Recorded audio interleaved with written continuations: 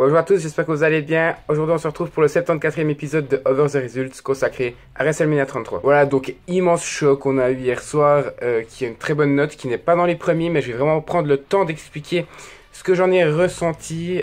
Donc la vidéo va, tout comme la vidéo pronostic je pense, durer plutôt entre 10 et 20 minutes plutôt qu'entre 5 et 10.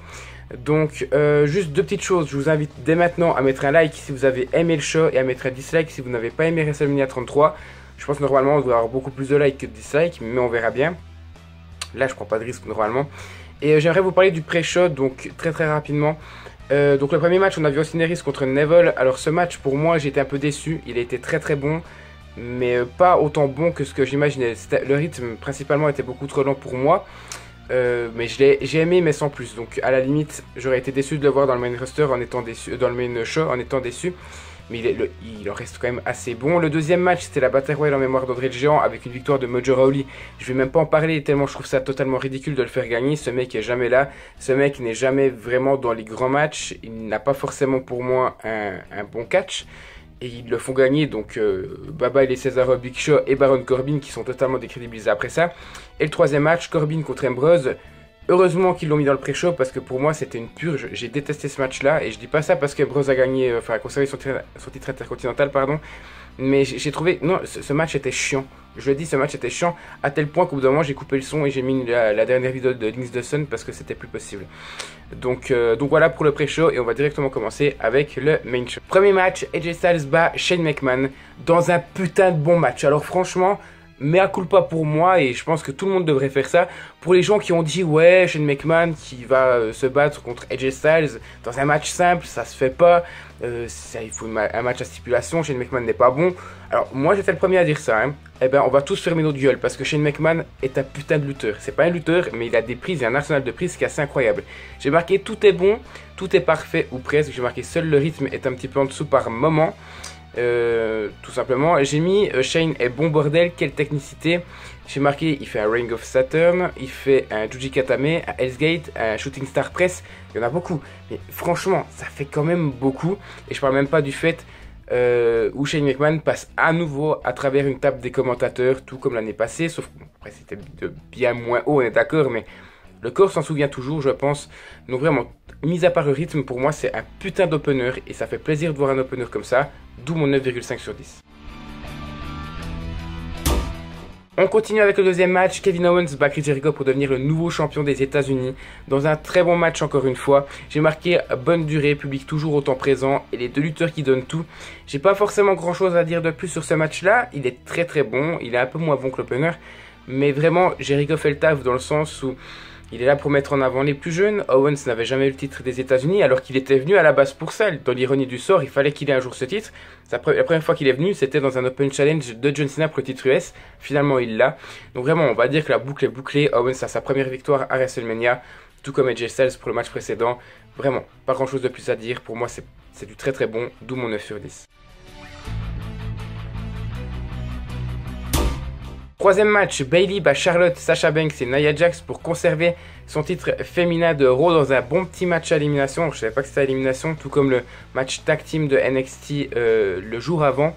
Donc j'ai marqué Jax se fera éliminer par tout le monde à la manière de NXT TakeOver où vraiment DIY et les Revivals s'étaient vraiment alliés pour essayer d'éliminer The Author of Pain.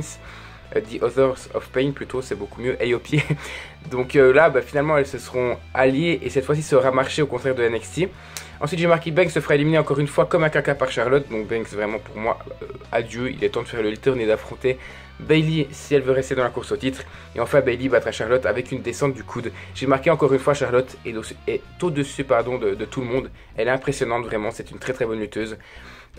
Après, c'est pas non plus un match qui arrive au niveau des deux premiers, mais pour un match féminin qui m'avait beaucoup déçu dans les mois précédents, je trouve que c'est un très bon match, d'où mon 8 sur 10.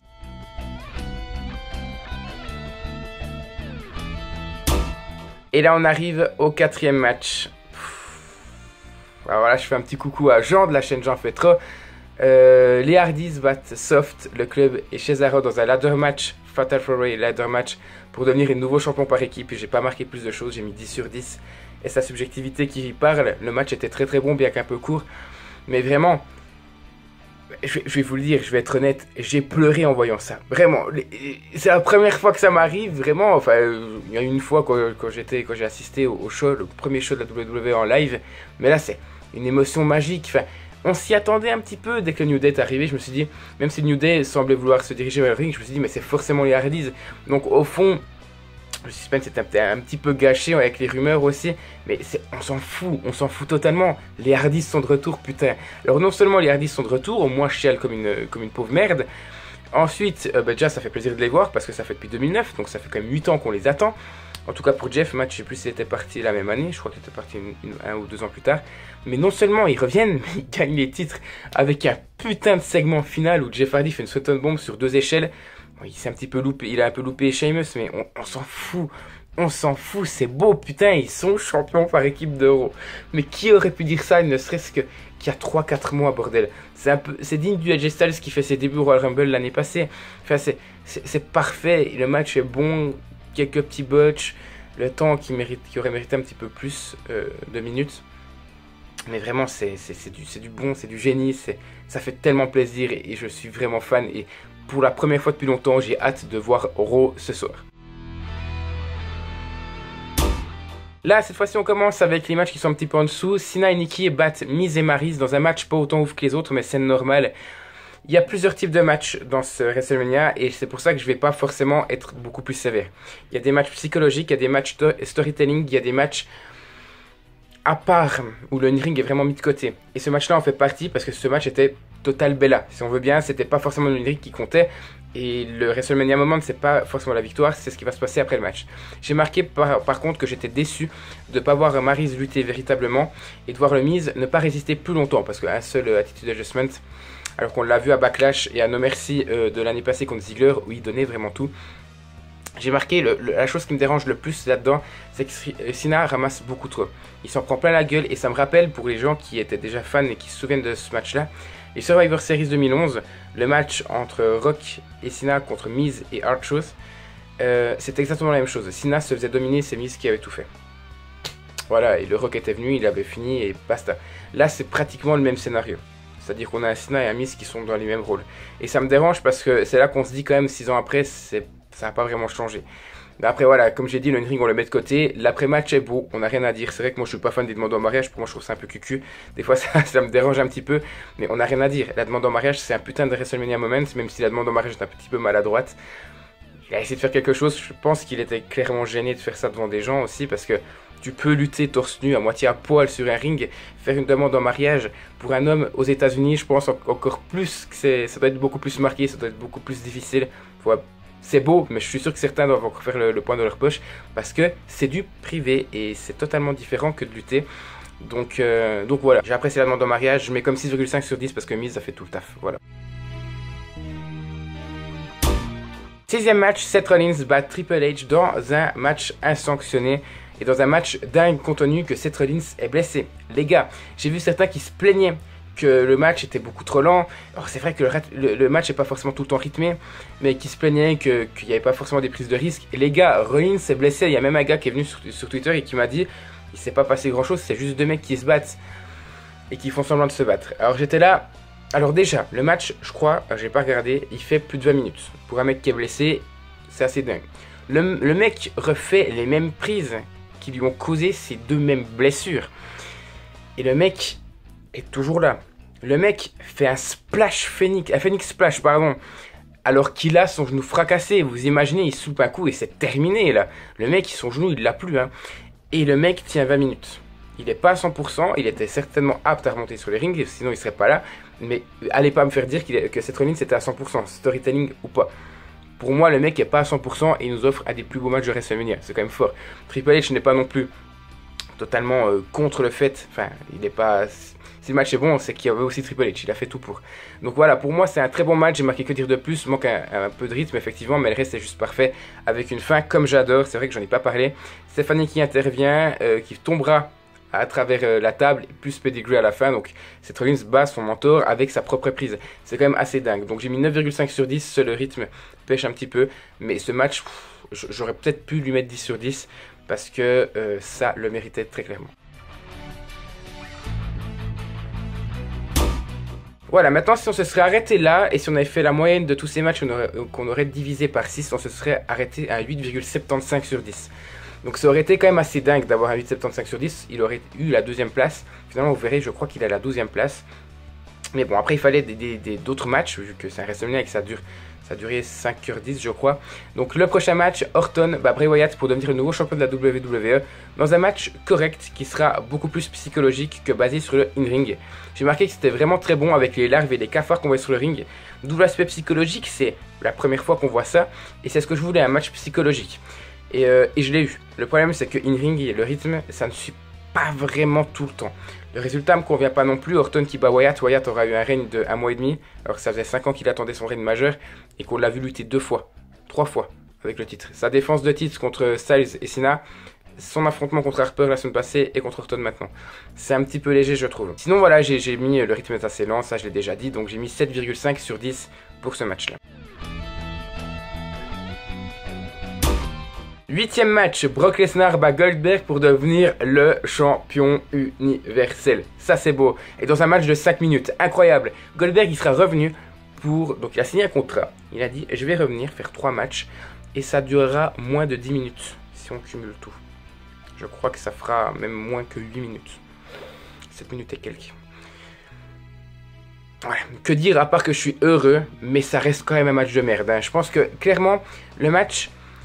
Il pouvait pas faire mieux, étant donné qu'on a, avec Goldberg, c'est pas possible de faire mieux. Il y a Lesnar qui fait son Lesnar, moi ça me va. À la limite, si on regarde que ça, c'est du 10 sur 10, parce que ce match-là ne peut pas proposer mieux. Mais en comparaison des autres, c'est un petit peu merdique, d'où le 5,5 sur 10.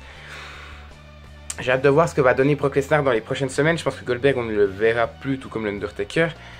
Mais j'ai hâte de voir ce que va donner Lesnar. Je pense qu'il va affronter Reigns. Donc on va de nouveau avoir un Lesnar-Reigns. Et j'espère que ce ne sera pas le main event de WrestleMania 34 comme certains le disent.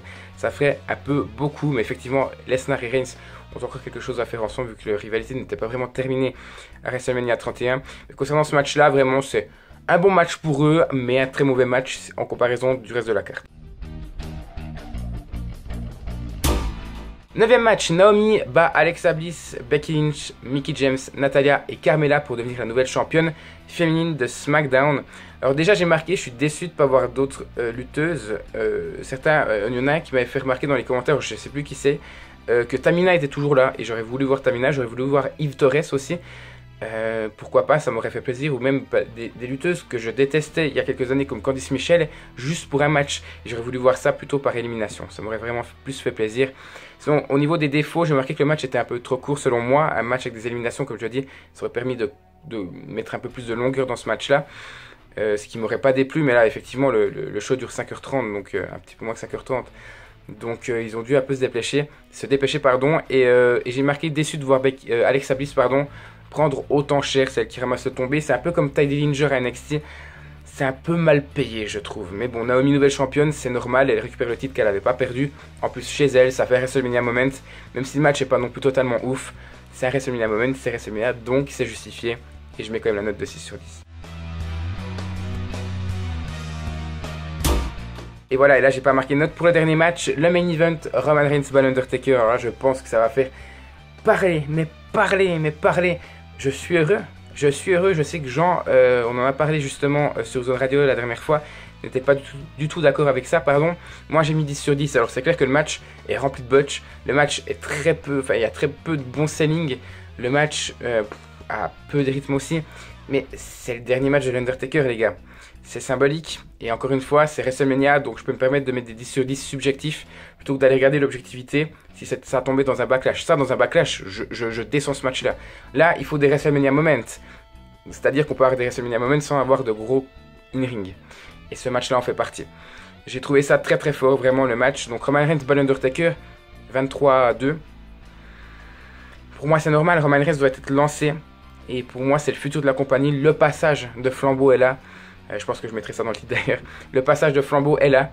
Et que dire de plus, j'ai eu les larmes aux yeux en voyant l'Undertaker à la fin qui part et la mise en scène est parfaite. Vraiment, je pense pas que c'est la dernière fois qu'on voit l'Undertaker. Alors oui, il est à la retraite, mais je vais en parler après. Je pense pas que ce soit la dernière fois. Roman Reigns qui gagne, donc pour moi c'est tout bénef pour lui. J'aurais aimé avoir une fin. Alors la fin est très psychologique encore une fois. Il s'en veut presque. ça me fait beaucoup rappeler Shawn Michaels, Ric Flair à WrestleMania 24. Il s'en veut, il va quand même le battre. Il sait qu'il a le dessus, il sait qu'il va gagner, il va le battre. Donc psychologiquement il est là et Roman Reigns ça va être du très très gros pour les prochaines semaines. Vraiment je l'attends très clairement. Mais j'aurais aimé qu'il soit un peu plus sans regret.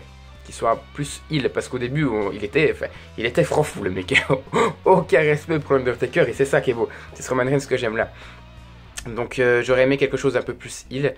Et oui, pour moi l'Undertaker, on le verra encore une fois et je pense il en a à 99 pay-per-view remportés. Et je me dis l'année prochaine il y a le Hall of Fame. Donc il sera certainement la tête d'affiche du Hall of Fame l'année prochaine en 2018. Et je me dis pourquoi pas lui faire un dernier match. Mais attention, pas un dernier match de 15 minutes. Un match à la Rock Rowan. Comme on a eu à WrestleMania 32 l'année passée. C'est-à-dire que l'Undertaker interviendrait et ferait un petit speech de fin. Donc pour le Hall of Fame, pour remercier à WrestleMania, il y a, je sais pas, un Bo Dallas qui intervient. Il dit ouais, je suis sûr que je peux te battre, maintenant t'es un vieux. Finalement, il y a un arbitre qui vient, il lui fait un chokeslam, ça dure 15 secondes. Le match est remporté par l'Undertaker et on a une 100e victoire. Ce serait beau de terminer avec une 100e victoire et terminer avec une victoire à WrestleMania, même si c'est une petite victoire. Donc c'est pour ça que j'ai hâte de voir l'année prochaine pour voir si l'Undertaker sera là. Et je l'espère en tout cas de tout mon cœur. Voilà. Concernant ce match-là, j'ai plus rien à dire. Je vous l'ai dit, j'ai mis 10 sur 10. Et maintenant, si on additionne toutes les notes et qu'on divise par 10, qui est le nombre de matchs, on arrive à la note de 8,15 sur 10. Et je vais faire une petite conclusion parce qu'il y en a qui vont dire ouais, WrestleMania 30, t'as mis 9,12 je crois ou 9,08 et là c'est 8,15 alors que c'est le meilleur WrestleMania qu'on ait jamais vu. Alors je suis d'accord, franchement, subjectivement, ce pay-per-view je pense qu'il est mon préféré.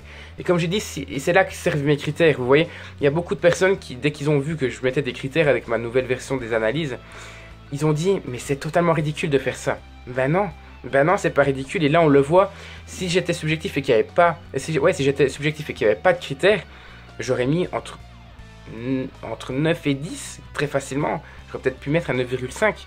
J'ai vu que des mecs sur Infolute avaient mis un 5 étoiles. Mais le pay-per-view 5 étoiles, il n'existe pas, faut pas rêver, hein. Un pay-per-view parfait, ça n'existe pas parce qu'il y aura toujours des petits défauts. Et c'est à ça que servent mes critères. Pour moi, subjectivement, j'aurais peut-être mis un 9,5, mais avec des critères qui me permettent d'analyser de façon plus objective, j'arrive à 8,15. Et là, la 12e place au lieu d'avoir la première. Donc pour moi, subjectivement, c'est mon pay-per-view préféré. Mais objectivement, mon pay-per-view préféré, ça restera WrestleMania 30 et de très loin. Parce que 8,15 et 9,08, il y a un gouffre quand même entre les deux. Mais ce pay-per-view est très très bon. Et sur les 4 derniers, on en a 3 bons. Seul pour moi, WrestleMania 32 est en dessous. Voilà. Je crois que j'ai terminé mon analyse. Vraiment. Il faudra attendre de nouveau un an pour avoir le Royal Rumble plus WrestleMania qui sont vraiment mes deux pay-per-view préférés. J'espère qu'on va avoir un SummerSlam qui est bien plus potable que ce qu'on a vu ces dernières années. À part le 2014 qui était quand même bon. En tout cas mieux que celui de 2016. J'espère que ça va avoir Series aussi. Donc c'est à dire que le prochain pay-per-view majeur que j'attends, c'est Royal Rumble. Donc il va falloir encore attendre. Donc la fête est finie, la parenthèse se ferme.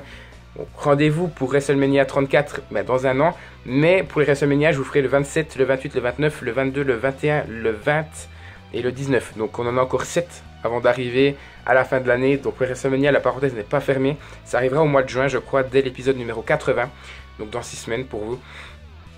Et voilà, et après on enchaînera avec les autres. Voilà, je pense que j'ai assez parlé. Merci à tous d'avoir regardé cette vidéo. N'hésitez pas à me mettre un commentaire pour me dire ce que vous avez pensé du show. Vraiment, vous savez que je réponds vraiment à tout le monde. N'oubliez pas un petit like si vous avez aimé le pay-per-view, un dislike si vous l'avez détesté. Je ne pense pas que ce soit le cas, mais on ne sait jamais. N'oubliez pas, enfin ça m'aiderait beaucoup si vous partagiez cette vidéo sur les réseaux sociaux afin que je me fasse un petit peu connaître. Pas vraiment connaître, mais j'aimerais bien arriver au moins aux 2000 abonnés, étant donné que là ça stagne vraiment pas mal depuis quelques semaines, voire quelques mois. Et puis on se donne rendez-vous tout bientôt pour la suite de la chaîne. Donc je crois que la semaine prochaine on se retrouvera pour TLC 2010 ou pour je ne sais plus. Non, TLC c'était la semaine passée. On se retrouvera pour un pay-per-view 2012 je crois, Over the Limit ou quelque chose comme ça. No Way Out 2012. Donc bref, vous n'oubliez pas une analyse tous les lundis jusqu'à la fin de l'année. Voilà. Encore un grand merci à vous d'avoir suivi cette vidéo et à tout bientôt pour la suite de la chaîne.